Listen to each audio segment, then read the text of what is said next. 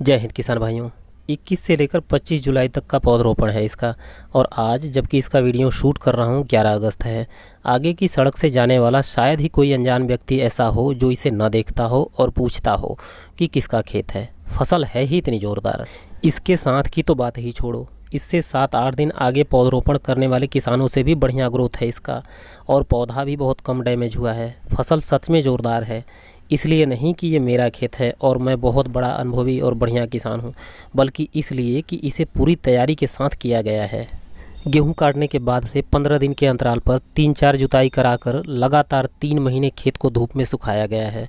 पौधरोपण के लिए हमने नर्सरी को विशेष रूप से तैयार किया है। विशेषतः हमने नर्सरी की लंबाई को ज़्यादा बढ़ने नहीं दिया।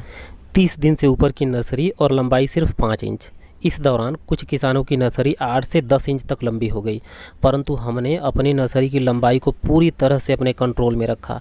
लंबाई न बढ़ने के कारण नर्सरी मोटी और ज़्यादा मजबूत हो गई। फिर क्या, हमने ये नहीं देखा कि किस किसान का पौधरोपण हमसे आगे हो रहा है और हमारा लेट हो रहा है, बल्कि हमने सही और अनुकूल मौसम का इंतज़ार किया। ज्यों ही आसमान में बादल छाए, हल्की बूंदाबांदी के बीच मौसम थोड़ा ठंडा हुआ, हमने पौधरोपण कर दिया। पूरी तरह से मैच्योर छोटी और मोटी नर्सरी खेत में पौधरोपण करते ही बारूद की तरह बढ़ने लगी। नतीजा आपके सामने है। मेरे अलावा एक और किसान सुरेंद्र हैं जिनका ग्रोथ मेरी तरह ही बढ़िया है, क्योंकि उन्होंने ही मेरी तरह पूरी तैयारी से पौधरोपण किया है।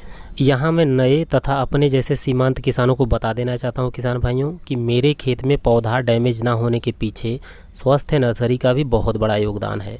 ऊर्जावान एवं प्रयोगधर्मी किसान हमसे जुड़े रहें। फूल गोभी के अगले सीजन मई जून आने से पहले ही हम नर्सरी से लेकर खेत की तैयारी तक अपनी प्रक्रिया को वीडियो के माध्यम से आपसे साझा करेंगे। आप हमसे जुड़े रहें किसान भाइयों।